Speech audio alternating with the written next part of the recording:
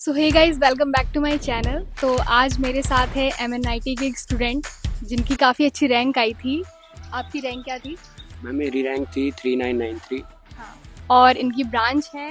Computer science and engineering. हाँ। इसीलिए मैं बना रही हूँ ये वीडियो आप लोगों के लिए, क्योंकि बहुत सारे बच्चे हैं जो चाहते हैं कि उनका NIT 11 में सिलेक्शन हो जाए और उनको CSE ब्रांच भी मिल जाए। तो आपके सामने अभी एक बहुत ही टैलेंटेड स्टूडेंट हैं जिनके बारे में आज हम जानेंगे कि उन्होंने अपनी स्टडी कैसे की थी, कैसे पढ़ा था। तो आप अपना इंट्रोडक्शन दीजिए। मेरा नाम है राजीव दीक्षित और मैं MNNIT में कंप्यूटर साइंस एंड इंजीनियरिंग का स्टूडेंट हूँ और मेरी ऑल इंडिया रैंक थी 3993। So guys, just a small reminder in that video, like अभी दिसंबर है, जनवरी आने वाला है, एंड मेरे इंस्टा पे, यूट्यूब पे एंड टेलीग्राम चैनल्स जो मैंने बनाए हुए हैं उसमें काफ़ी सारे लोग हैं जो कि फ्रेशर्स हैं, जो कि ड्रॉपर्स हैं, एंड कुछ लोग ऐसे भी हैं जो कि पार्शियल ड्रॉपर हैं, किसी कॉलेज में पढ़ रहे हैं, एंड कई लोग ऐसे हैं जो किसी NIT में पढ़ रहे हैं बट वो चाहते हैं कि उनका अच्छे IIT या NIT में सिलेक्शन हो जाए। एंड वो मुझसे बस एक ही क्वेश्चन पूछ रहे हैं कि वो PYQ सॉल्व कर रहे हैं, DPPs लगा रहे हैं, बट क्या है कि उनके मार्क्स नहीं आ रहे हैं। तो मार्क्स लाने के लिए क्या करना पड़ेगा? आपको मॉक टेस्ट देने पड़ेंगे। एंड जब भी आप PYQ सॉल्व करते हो या फिर कोई भी अपना मॉड्यूल लगाते हो कोचिंग का, तो उसमें आपको मिलता है प्रॉपर सॉल्यूशन। अगर आपको वो चीज़ नहीं आती है तो आप उसका सॉल्यूशन देख लेते हो, एंड उसमें कोई भी टाइम बाउंडेशन नहीं होता। कई सारे बच्चे ऐसे भी होंगे जो पूरा पूरा दिन निकाल देते हैं, बस 10 क्वेश्चन लगाते हैं, 20 क्वेश्चन लगाते हैं। 20 तो शायद मैंने ज़्यादा बोल दिया, अगर आप उस कैटेगरी में आते हो जो इतने ही क्वेश्चन लगा रहे हैं।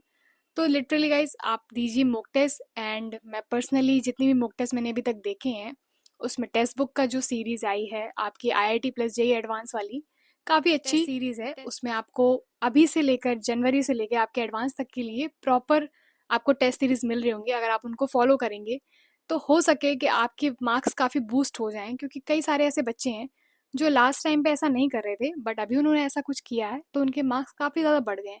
जब कभी किसी के 120 मार्क्स आ रहे थे तो आज उसके 180 समथिंग मार्क्स आ रहे हैं। And let me tell you, मैं तुम्हें इतना क्यों बोल रही हूँ मॉक टेस्ट के बारे में, क्योंकि जब मैं तैयारी कर रही थी तो मेरे साथ भी ये बहुत बड़ी प्रॉब्लम हो रही थी, बट मुझे पता है कि मैंने कैसे अपने मार्क्स बूस्टअप किए थे। 160 से लेके 190 180 समथिंग ऐसे मार्क्स आने लगे थे। एंड एक वो दिन आता है जब आप एग्जाम देते हो तो उस दिन आपके अच्छे मार्क्स आ जाते हैं, एंड वही डिसाइड करता है कि आपको आपका सिलेक्शन हो गया, आप कॉलेज में जाने वाले हो।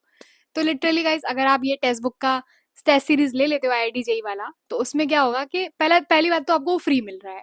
तो मैंने लिंक डिस्क्रिप्शन में डाल दिया है, तो आप वहां जाके उसको एक बार जरूर चेक करना। आपको लेना हो नहीं लेना हो वो दूसरी बात है, बट पहले अगर आपको कोई चीज मिल रही है उसका एक बार फायदा उठाओ, उसको एक बार देखो कि कैसा है। क्योंकि उसमें आपको एक तो फुल टेस्ट देखने को मिलते हैं, दूसरी बात आपको PYQs भी उसमें मिल जाते हैं। क्योंकि कई सारे लोग ये भी पूछते रहते हैं कि PYQ कहाँ से लगाएं, PYQ लिए कोई बुक खरीद लें क्या, या फिर कोई कुछ तो बता दो जहाँ से PYQs में मिल जाए। तो मैं सिंपली बताती हूँ कि आपको ओनली 4 या 5 साल पुराने PYQs लगाने हैं, उससे ज़्यादा नहीं। उसमें ही आपको सारे पैटर्न समझ में आ जाएंगे, एंड वो सारे आपको उस पर मिल जाएंगे। एंड उसी के साथ साथ आपको उसमें पार्शियल टेस्ट भी मिल जाएंगे। जरूर नहीं कि आपका पूरा सिलेबस आपने रिवाइज कर लिया हो। कभी कभी होता है कि हम कुछ ही सिलेबस अपना रिवाइज करते हैं और हम सोचते हैं कि चलो यार टेस्ट दे के देखते हैं कितने मार्क्स आ रहे हैं, हम कितने पानी में।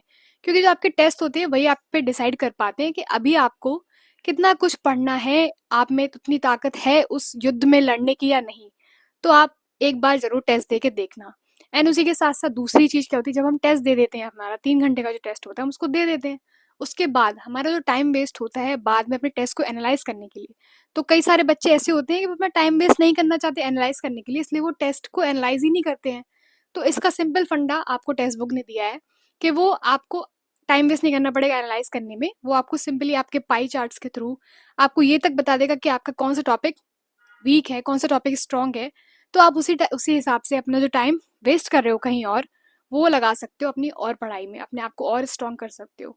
एंड कई सारे लोग ऐसे होंगे जिनके पास कोई और ऑप्शन नहीं होगा, जो चाहते होंगे कि मेरा सच में सिलेक्शन हो जाए किसी NIT में।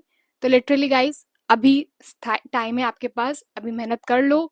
अदरवाइज फिर आप भी किसी प्राइवेट कॉलेज में पढ़ रहे होगे, एंड इतनी सारी जो आपने अभी मेहनत की है, किसी कोचिंग में एडमिशन लिया था, कोई मॉड्यूल्स लगाए हैं, या फिर अभी मेरा वीडियो देख रहे हो या फिर किसी का भी वीडियो देखते हो IIT JEE की नॉलेज वाला, तो ये सब वेस्ट हो जाएगा ना उस टाइम तक। तो अभी टाइम है, मेहनत कर लो। एंड अगर आप अभी ये टेस्ट सीरीज ले लेते हो इस जनवरी अटेम्प्ट के लिए, अप्रैल अटेम्प्ट के लिए, आपके एडवांस तक आप फ्री हो जाओगे इन जस्ट ₹600।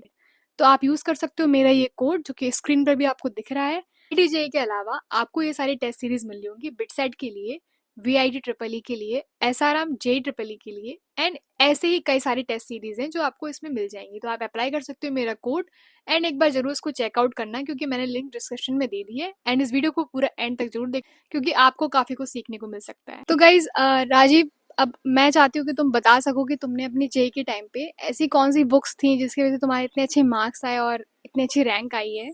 तो अपने बुक्स के बारे में बता दो। सो अगर स्टार्ट करें केमिस्ट्री से, तो मैंने इनऑर्गेनिक और फिज़िकल के लिए तो सिर्फ एनसीईआरटी फॉलो की, और अपने कोचिंग के मॉड्यूल्स और क्वेश्चन बैंक वगैरह जो वो देते थे वो फॉलो किए। और ऑर्गेनिक के लिए मैंने थोड़ा एमएस चौहान टच की थी, उसके जो लेवल 1 की एक्सरसाइज होती है वो। और बाकी अपना जो क्लास नोट्स और उसमें जो क्वेश्चंस वगैरह थे वो सब ट्राई किए। और बाकी सबसे मेन पीवाईक्यू अपने पिछले 5-6 साल के। फिर फिज़िक्स के लिए मैंने वही सेम मॉड्यूल अपने कोचिंग की, और एचसी वर्मा को प्रेफर किया था क्योंकि उसमें मतलब कंसाइज वे में और अच्छी मतलब वो क्वेश्चंस वगैरह होते हैं। और मैथ्स के लिए सेंगेज मैंने की थी, जो एक्सरसाइज 1 उसकी भी एमसीक्यू वाली होती है, और अपने कोचिंग का मटेरियल बस। तो लाइक तुम्हारी कोचिंग कौन सी थी? कोचिंग मैंने ऑनलाइन करी थी फिजिक्स वाला से, अच्छा। Dropper batch. Okay nice. Okay Rajeev, तो मुझे ये जानना था कि तुमने अपने सारे सब्जेक्ट्स के लिए टाइम कैसे मैनेज किया था, वो भी तुम्हारी इतनी अच्छी रैंक आई है तो इसलिए मैं जानना चाहती हूँ। सो बेसिकली मैंने अपना सबसे main focus physics and chemistry पर, हाँ। क्योंकि हाई स्कोरिंग होता है, और फिजिक्स जो पिछले 2-3 साल में देखी थी तो इजी आ रही थी, हाई स्कोरिंग थी। तो फिजिक्स और केमिस्ट्री पर मैंने मेन फोकस किया कि उसको ज़्यादा टाइम दें। और फिर मैंने मैथ्स साथ में थोड़ी थोड़ी करी। तो क्या होता था कि दिन में फिजिक्स केमिस्ट्री तो चलती थी मेरी, तो उसके ज़्यादा क्वेश्चन सॉल्व करते थे। मतलब बेसिकली फिजिक्स केमिस्ट्री रोज़ चलती थी, हफ्ते में 7 दिन। और मैथ्स में वीक में 4-5 दिन करता था।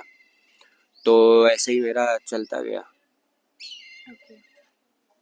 तो ये अच्छा तरीका है पढ़ने का वैसे, क्योंकि हम मोस्टली फोकस हमारा फिजिक्स और केमिस्ट्री में होना चाहिए क्योंकि वो काफ़ी स्कोरिंग होती है और जो हमारी मैथ्स होती है वो मेरी रैंक बूस्ट करने में काफ़ी ज़्यादा हेल्प करती है। ओके, तो मैं ये जानना चाहती थी कि like how to improve any difficult topic. तो जैसे कोई टॉपिक हम लोगों ने पढ़ा और फिर उसके क्वेश्चन लगाने गए, तो कभी कभी होता है क्वेश्चन बनते नहीं है एक बार में, और लगता है कि पढ़ा ही नहीं सही से या फिर कुछ।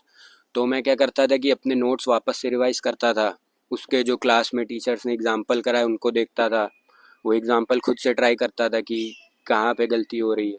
फिर वापस उस क्वेश्चन पे जाता था कि मतलब अब होगा या नहीं होगा। फिर थोड़ा बहुत होता था, थोड़ा नहीं होता था, फिर वापस से उस पे कॉन्सेप्ट पे अपने आता था। मतलब मेन चीज़ ये है कि बार बार रिवाइज करना चाहिए।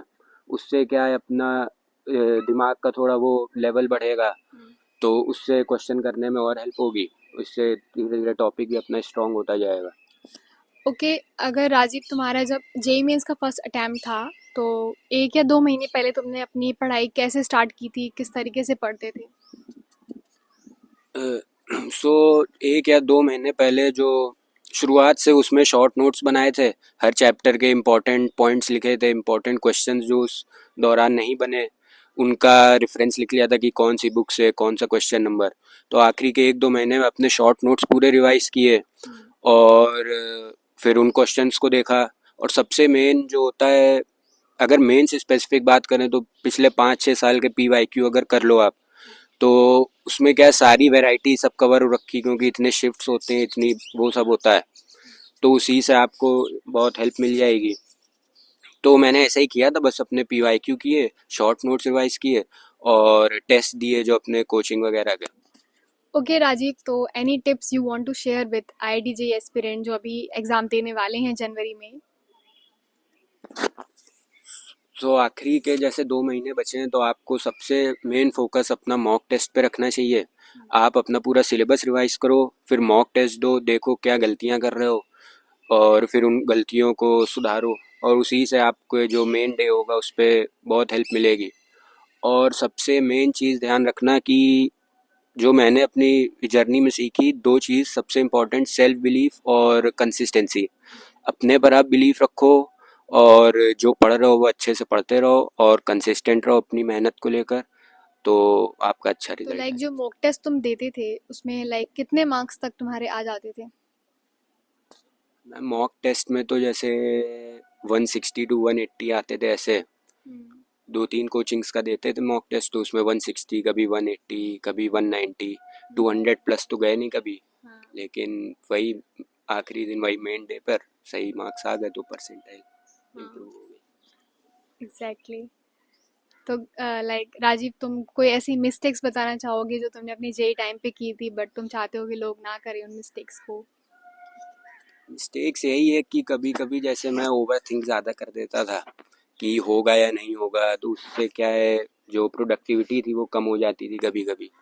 और बाकी डिस्ट्रैक्शन है, सोशल मीडिया, इन सब से दूर रहो, अपना पढ़ाई पे फोकस रखो, बस यही। Okay, so thank you so much Rajeev for this interview. काफ़ी अच्छा इंटरव्यू था। एंड गाइस, अगर आपको भी अच्छा लगा हो तो इस पे ज़रूर इम्प्लीमेंट करना जो भी उसने बताया। उसकी काफ़ी अच्छी रैंक है और सीएससी ब्रांच भी है एमएनआईटी में। तो अगर आप भी कोई ऐसा प्लान कर रहे हो तो उसने जो भी बातें आपको बताई हैं उन पे ध्यान देना, उनको इम्प्लीमेंट करना। और आपका जो भी डाउट्स हो तो आप पूछ सकते हो कमेंट सेक्शन में। सो गाइस, मिलते हैं नेक्स्ट वीडियो में। Bye bye.